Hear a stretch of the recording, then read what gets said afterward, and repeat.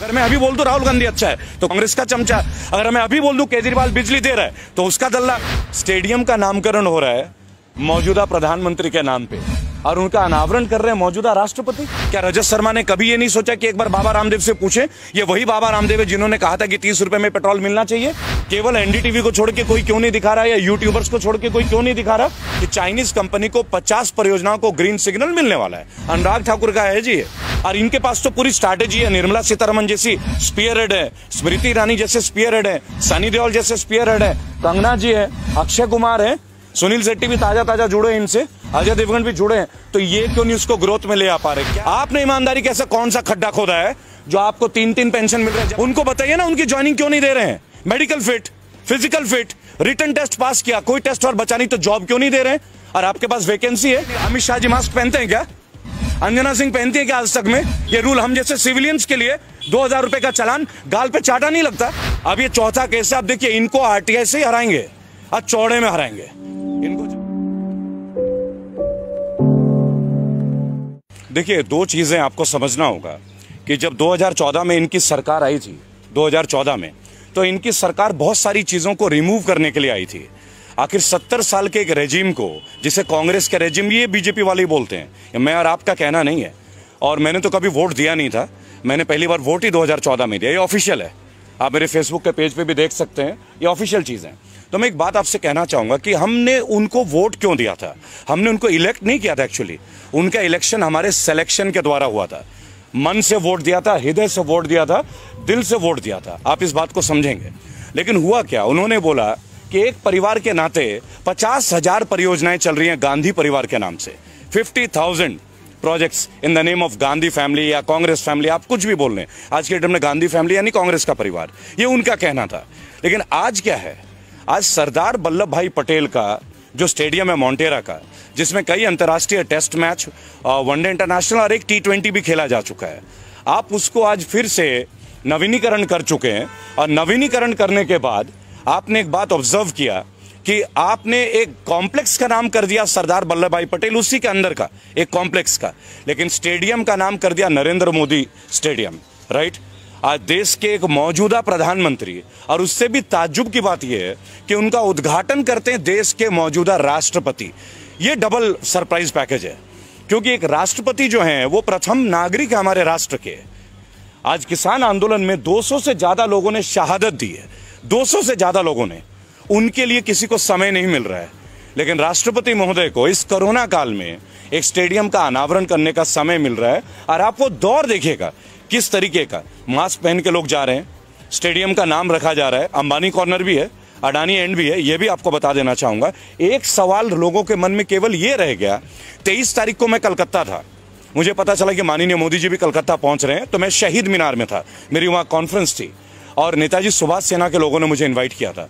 उन्होंने जाके नेताजी सुभाष चंद्र बोस के बारे में कितनी ही बातें करी। 23 जनवरी, उन्हें जब भी किसी राज्य के कोई नेता की याद आती है ना, वो तुरंत फ्लाइट लेके पहुंच जाते हैं। अगर उनके दिल में सच में ये भक्ति होती है नेताजी सुभाष चंद्र बोस के लिए, या चंद्रशेखर आजाद के लिए, या प्रफुल्ल चाकी के लिए, या अशफाक उल्लाह खान के लिए, किसी भी हमारे शहीद आजम भगत सिंह के लिए, तो क्या ये स्टेडियम उनके नाम में नहीं करना चाहिए था? अगर वो ये करते तो हमें ये लगता कि नहीं, ये राजनीतिज्ञ नहीं है, ये नेशनल लीडर है। नेशनल लीडर, केवल प्राइम मिनिस्टर नहीं है। हमने मोदी जी को as a prime minister selection नहीं किया था, हमने उनको सिलेक्शन किया था एज अ नेशनल लीडर, कि एक साधारण व्यक्ति भी बिना खानदानी पॉलिटिक्स का, बिना पैसेपति, बिना पूंजीपति परिवार के, क्योंकि वो खुद को चाय वाले बताते हैं, राइट, तो वो प्रधानमंत्री बन सकते हैं। क्या फर्क रहा जब 2010 से पहले मायावती जी ने दलित प्रेरणा स्थल में अपना स्टैचू लगाया था, अपनी प्रतिमा लगाई थी। उन्होंने लोगों से आह्वान किया था कि मुझे पूजो, मुझे पूजो, ये कहा था। लेकिन तब यही लोग थे जो विरोध करते थे। आज इनको क्या हो गया भाई? आज अब अपना नाम की पूजा नहीं करा रहे? क्या इस वक्त उनकी उतनी उम्र हो गई है? अब बहुत जल्दी आप ये भी देखेंगे कि भारत रत्न आपको ना मिल जाए, क्योंकि जिस देश में मौजूदा प्रधानमंत्री के नाम पे स्टेडियम होता है और उसका अनावरण मौजूदा राष्ट्रपति करते हैं, तो कहीं ना कहीं सबको टेंशन होती है। महंगाई पे देखिए, देश के असली मुद्दे इस वक्त स्टेडियम नहीं है। देश का असली मुद्दा अगर आप देखना चाहें, कोई भी नेशनल मीडिया जो हमारी बेसिक मुद्दे उन पे चर्चा नहीं कर रहा है। क्यों ना चर्चा करे महंगाई के ऊपर, क्यों ना चर्चा करे बेरोजगारी के ऊपर? ये वही जगह है जहां हमने प्रोटेस्ट किया था 14 तारीख को। और ये वही जगह है जब 22 तारीख को लाठियां भांजी गई एसएससी जीडी के बच्चों के लिए। क्या दोष है उनका? 50 लाख लोगों ने फॉर्म भरा, 50 लाख लोगों ने। 100 रुपए का फॉर्म था, अरबों रुपए कलेक्शन होते हैं। देश का सबसे बड़ा घोटाला है। कौन कहता है कि सरकार घोटाला नहीं करती? सबसे बड़ा घोटाला है फॉर्म घोटाला। अरबों रुपए कलेक्शन करते हैं आप टेस्ट के नाम पे, फॉर्म के नाम पे। और खुद नित्यानंद राय जो राज्यसभा के मंत्री है वो कहते हैं कि 1.25 लाख वैकेंसी है, तो 54,000 को क्यों ले रहे हो? जिन लोगों ने रिटर्न टेस्ट दे दिया, मेडिकल टेस्ट दे दिया, फिजिकल टेस्ट पास कर दिया और कोई टेस्ट बचा ही नहीं, इसके ऊपर कौन बात करेगा? क्या राष्ट्रपति महोदय को मैं ज्ञापन देने गया था आपकी जानकारी के लिए। 14 तारीख को राष्ट्रपति महोदय का मैंने ज्ञापन दिया है एसएससी जीडी के अभिभावकों के साथ, उनके बच्चों के साथ। मैं स्वयं था। प्रत्यक्ष प्रमाण को आवश्यकता नहीं कि आपको इस पुख्ता सबूत दें। क्यों नहीं उनके बारे में बात हो रही है? केवल एनडीटीवी को छोड़ के कोई क्यों नहीं दिखा रहा है, या यूट्यूबर्स को छोड़ के कोई क्यों नहीं दिखा रहा? और कल से ओटीटी और हमारे यूट्यूब के ऊपर भी पाबंदियां शुरू हो रही है। पता है ये सब क्यों हो रहा है? वो कहते हैं हम कांग्रेस मिटा देंगे, वो कहते हैं हम ये मिटा देंगे। अरे आपको मिटाने की क्या जरूरत है भाई? आप अपने काम को इतना अच्छा कर लो ना कि दूसरे भी आपको जुड़ जाएं। ये भी आपको समझना होगा। आपका काम सर्वश्रेष्ठ होना चाहिए। अगर आप दूसरों को खत्म करने में सर्वश्रेष्ठ हैं तो इसका मतलब आपको काम करने का आदत ही नहीं है। देखिए, ministry of finance, Anurag Thakur ji के इतने बड़े बड़े स्टेटमेंट थे। आज से 3 दिन पहले आप गूगल पे देखें, चाइना की कंपनीज को 50 प्रोजेक्ट को अब यस सिग्नल मिलने वाला है। ऑफिशियल है, मैं आपको कोई भी मनगढ़ंत बातें नहीं बताता। अब ये 50 जो प्रोजेक्ट है, परियोजना है, उधर गलवान घाटी में हमारा चल रहा है। पिछले 1 हफ्ते से आप देख रहे होंगे कि चाइना के अधिकारी निरंतर हमसे बात कर रहे हैं। क्यों बात कर रहे हैं भाई? हम क्यों बात कर रहे हैं उनके साथ? हम वास्तविक जो नियंत्रण रेखा है उसके ऊपर हमें बात करने की आवश्यकता क्या है? जो हमारा है वो तो हमारा है ना, इसके लिए हमें बात करने की क्या जरूरत है? अंतर्राष्ट्रीय लाइन ऑफ एक्चुअल कंट्रोल और लाइन ऑफ कंट्रोल ये आज से तो है नहीं, कोई आजादी के वक्त से है ना। ब्रिटिशर्स ने इस लाइन को खींचा था, तब हमने माना था। और उसके बाद आप बात कर रहे हैं और फिर अभी बीच में आ रही है 3 दिन पहले कि चाइनीज कंपनी को 50 परियोजनाओं को ग्रीन सिग्नल मिलने वाला है। अनुराग ठाकुर का है जी, आप देख लीजिएगा, टाइम्स ऑफ इंडिया में देख लीजिए, ट्रिब्यून में देख लीजिए। मेरा केवल एक तात्पर्य है इन सब मुद्दों के दौरान कि देश में स्टेडियम का नामकरण हो रहा है मौजूदा प्रधानमंत्री के नाम पे, और उनका अनावरण कर रहे हैं मौजूदा राष्ट्रपति।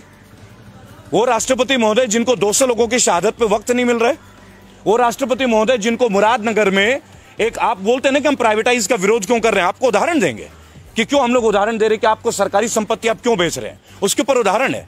आज से महज 1.5 महीने पहले मुरादनगर में एक परिवार का अंतिम दाह संस्कार था। आप सब यूट्यूबर्स आप परिचित होंगे इस समाचार से, और कई परिवार गए थे उनके अंतिम संस्कार के लिए। और 2 महीने पहले वो शवगृह बन के तैयार हुआ था, उसका जो भवन है, अचानक से छत गिर जाता है और 25 लोगों की अर्थी उठती है उसी शमशान घाट से। 2 महीने पहले कंस्ट्रक्शन, A क्लास कॉन्ट्रैक्टर और 25 लोगों का जान खोना, और क्या मिलना? 2 लाख रुपए का मुआवजा। 2 लाख। जिस सरकार में सीना चौड़ा करके एक बीजेपी का कार्यकर्ता मिल जाए ना, मैं तो उनके बीच जाता हूं, उनसे एक बात पूछता हूं केवल, आप 5 लाख करोड़ की बात करते हैं कि जीएसटी में आपका कलेक्शन है, और हमारे देश के नागरिकों को 2 लाख रुपए का मुआवजा मृत्यु होने पे, वो भी जिसपे सरकारी रवैये के भुक्तभोगी हैं, वो भुक्तभोगी हैं, तो इनके ऊपर कब बात होगी? कब बात होगी इनके ऊपर? इनको 2 लाख क्यों? देश तरक्की कर रहा है। आप ये कह रहे हैं कि देश तरक्की कर रहा है, राइट? अगर देश तरक्की कर रहा है तो देशवासियों से तरक्की होती है ना। देश का तरक्की क्या होता है? भारत की तरक्की क्या है? भारतीयों की तरक्की होती है, भारत की तरक्की। देखिए, मैं एक बात आपको बताना चाहूंगा कि ट्विटर का पर्पस क्या है? जेन्युइन इंफॉर्मेशन को लोगों तक पहुंचाना, अपनी फीलिंग्स को लोगों तक पहुंचाना। नेशनल मीडिया, जिसको अब हम लोग धीरे धीरे गोदी मीडिया के तौर पे जानने लगे हैं, कौन है ये नेशनल मीडिया? ये सारे सैटेलाइट चैनल। आप देखिए, रजत शर्मा जनता की अदालत करते थे। क्या रजत शर्मा ने कभी ये नहीं सोचा कि एक बार बाबा रामदेव से पूछे? ये वही बाबा रामदेव है जिन्होंने कहा था कि 30 रुपए में पेट्रोल मिलना चाहिए। ये वही बाबा रामदेव है जिन्होंने बोला था काला धन वापस आना चाहिए। देखिए, मोदी जी के हर चीज के खिलाफ नहीं है, कभी भी नहीं है, और व्यक्तिगत तौर पे तो उनके खिलाफ कभी भी नहीं। हम आज भी मोदी जी बोलते हैं, पूज्य नहीं बोलते, माननीय प्रधानमंत्री है। लेकिन अगर आपकी पॉलिसीज हमें तोड़ती हैं, अगर आपकी पॉलिसीज से लोगों का बेरोजगार का स्केल आउट डाउन हो रहा है, तो क्वेश्चंस तो उठेंगे, सवाल तो उठेंगे। और अगर आप में क्षमता है, आपके मंत्री में क्षमता है, तो आप उन सवालों का हमें जवाब दे दें। आप हमें जवाब दे दिए, हम संतुष्ट हो जाएंगे। आप हमारे सवालों का जवाब नहीं दे रहे, आप आरटीआई का जवाब नहीं दे रहे। जो आरटीआई, देखिए सबसे बड़ी बात क्या है, हमारे पास एक पावर था, राइट टू इंफॉर्मेशन। मैं खुद एक आरटीआई एक्टिविस्ट हूं। आज आरटीआई के जवाब मुड़ के नहीं आते, मुड़ के नहीं आते। क्यों नहीं आते भाई? ये किस तरह का गवर्नेंस है जहां आरटीआई के जवाब हमें नहीं मिलते? आप कैसे जानेंगे कि एसएससी जीडी, ये जो 1.25 लाख लोग हैं, physically fit, medically fit, written test pass, और कोई एग्जाम नहीं है। 3 इयर्स पहले इनका टेस्ट हुआ 2018 में। इसी तरह लोको पायलट के बच्चे इंतजार कर रहे हैं, 10,000 से ज्यादा बच्चे। यूपी पुलिस की भर्तियों के लिए निको पार्क लखनऊ, जहां मैं अब जाने वाला हूं, वहां लाठियां मिल रही है। आप देखिए, किसी भी पार्टी में यह हो सकता है क्या कि अगर आपने कोई ज्वलंत मुद्दे को उठा दिया तो आप लाठियां भांजोगे? आपको तो उनके सामने आके उन्हें जवाब देने की जरूरत है।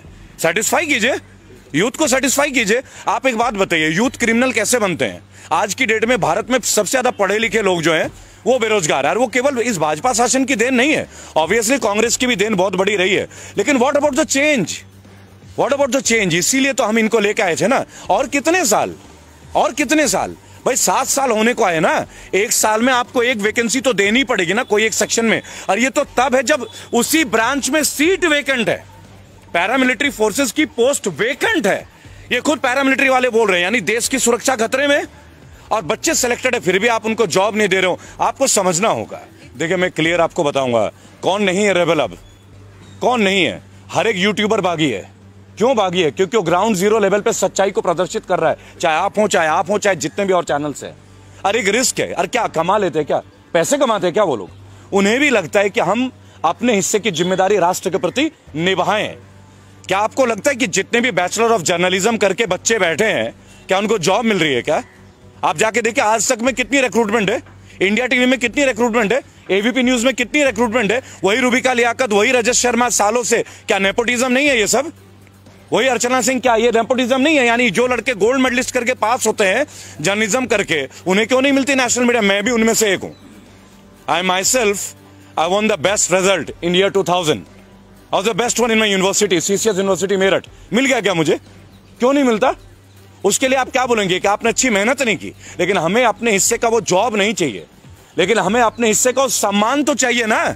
और जो युवक आज डिपेंडेंट है, जिनका परिवार उन पर डिपेंडेंट है, देखिए लोग एमबीए कर रहे हैं, बीटेक कर रहे हैं, लोग पैसे ले रहे हैं, कर्ज ले रहे हैं, माँ बाप जमीनें बेच रहे, को जेवर बेच रहा है, बेटियों की शादियां रुक रही है कि पहले पढ़ ले, ये भाई नौकरी में लग जाएगा तो लोन लेके इनकी शादी ब्याह। ये भी एक ट्रेंड है भारत की, ये वास्तविकता। ये नहीं कि आज मोदी काल में हो गया, पहले से भी थी। लेकिन ये सबसे निम्न वर्ग का एक रिजल्ट है कि आप लगा लीजिए, हम पहले देश बन गए जिसने तमाम सरकारी एसेट बेचने शुरू कर दिए, और वो भी वो सरकारी एसेट जो प्रॉफिटेबल है। मसलन ONGC, we are in profit, LIC, we are in profit, बराबर। अब ये रेलवेज को बता रहे हैं प्राइवेट और रेलवेज घाटे में। तो मुझे एक बात बता दीजिए, लालू प्रसाद यादव एक करप्टेड नेता, ये इनका कहना, और जेल में होंगे, भाई सजा मिली है, लेकिन 2005 में वो रेलवे मंत्री थे, रेल मंत्री, और 20,000 करोड़ का मुनाफा था 1 साल के अंदर। तो क्या पॉलिसी थी वो? और इनके पास तो पूरी स्ट्रैटेजी है। निर्मला सीतारमण जैसी स्पीयर हेड है, स्मृति ईरानी जैसे स्पीयर हेड है, सनी देओल जैसे स्पीयर हेड है, कंगना जी है, अक्षय कुमार है, सुनील शेट्टी भी ताजा जुड़े हैं इनसे, अजय देवगन भी जुड़े हैं। तो ये क्यों नहीं उसको ग्रोथ में ले आ पा रहे? क्या आप एक बात बताएं, क्या अपने चीजों को प्राइवेट करके हम मजबूत होते हैं क्या? वो कहते हैं सरकारी लोग काम नहीं करते, तो ये तरीका है, आप विभाग ही खत्म कर दोगे तो एक काम करो, मंत्री भी प्राइवेट कर लेते हैं। आप भी तो सरकार का रिप्रेजेंटेशन कर रहे हो ना, क्यों लेते हो पेंशन? पिछले 6 साल में 3 बार माननीयों की तनख्वाह बढ़ी है।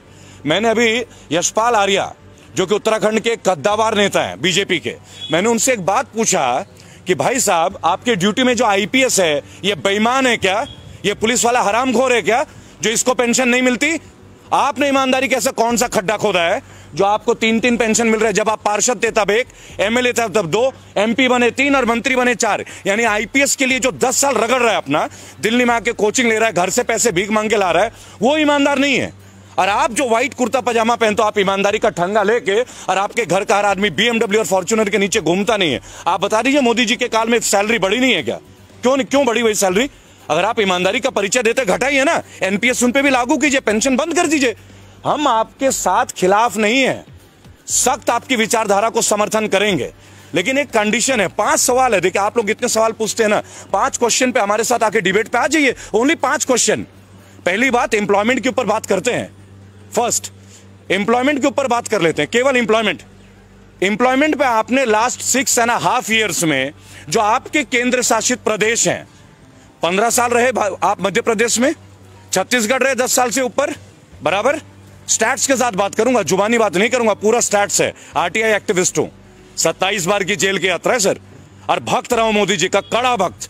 कई लोगों से लड़ाई लड़ी है, अब इसलिए हिम्मत मिली कि उनके सामने भी लड़ने की।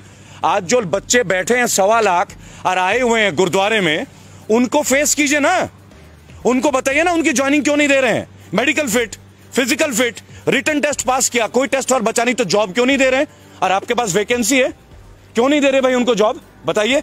रेलवे के बच्चे बैठे हैं, लोको पायलट के 10,700, यूपी पुलिस के वर्दी का 2018 से इंतजार, 2015 के एसएससी के बच्चे, 2012 के बच्चे, कितने दिन आत्महत्या। आप लास्ट 3 महीने में 200 बच्चों ने आत्महत्या किया है। उनके माँ बाप को दुख नहीं होता क्या?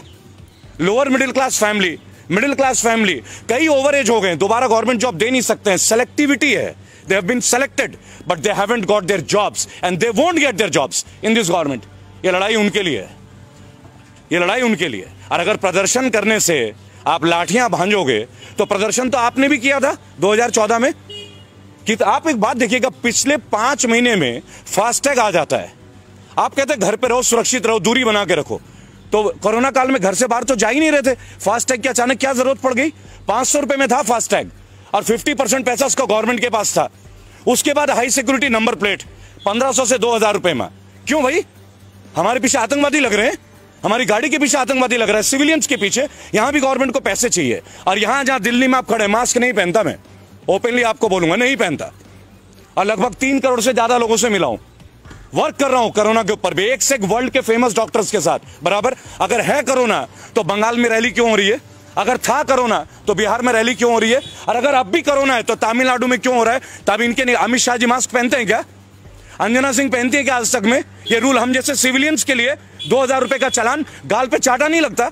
क्या दे दिया हम लोगों को? ब्यूटी पार्लर वाले घर बैठे रहे, टैक्सी वाले घर बैठे रहे, कोचिंग इंस्टीट्यूट वाले घर बैठे रहे, जिम चलाने वाले घर बैठे रहे, एक का भी किराया रुका गया, लोग बर्बाद हो गए। उनके लिए बैकअप पैकेज रहा, इन्होंने बोला मुद्रा लोन दे दिया। चलिए, आप पत्रकार हैं, 100 युवक ले लीजिए जो पोस्ट ग्रेजुएट हो, मैं तो गोल्ड मेडलिस्ट हूं, 100 गोल्ड मेडलिस्ट लेके आता हूं। बताइए कौन से बैंक में चलूं? आपको एक को मुद्रा लोन नहीं मिलता। कारण बैंक वालों को कोलैटरल चाहिए। Collateral, what is collateral? कि लोन तब देंगे जब आपके पास बैकअप रहेगा। जबकि गवर्नमेंट ये कहती है ये उन यूथ के लिए ये परियोजना है जिनके पास कुछ नहीं, अच्छी विचारधारा, हम एक प्रोजेक्ट में उनको देंगे। Where is that project?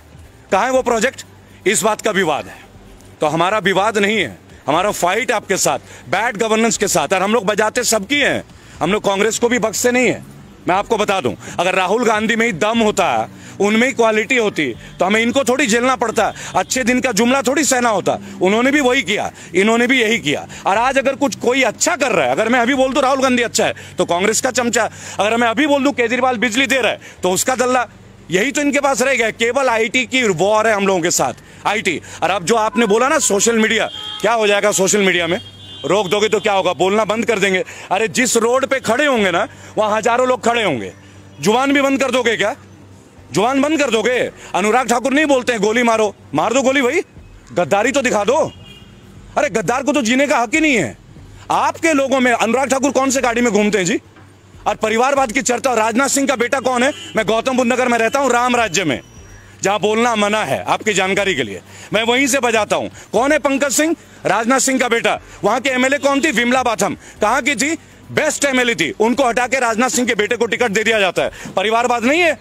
तब मुलायम सिंह याद आता है आपको, तब लालू याद आता है। Rules has to be made not biased for all, one for all for one.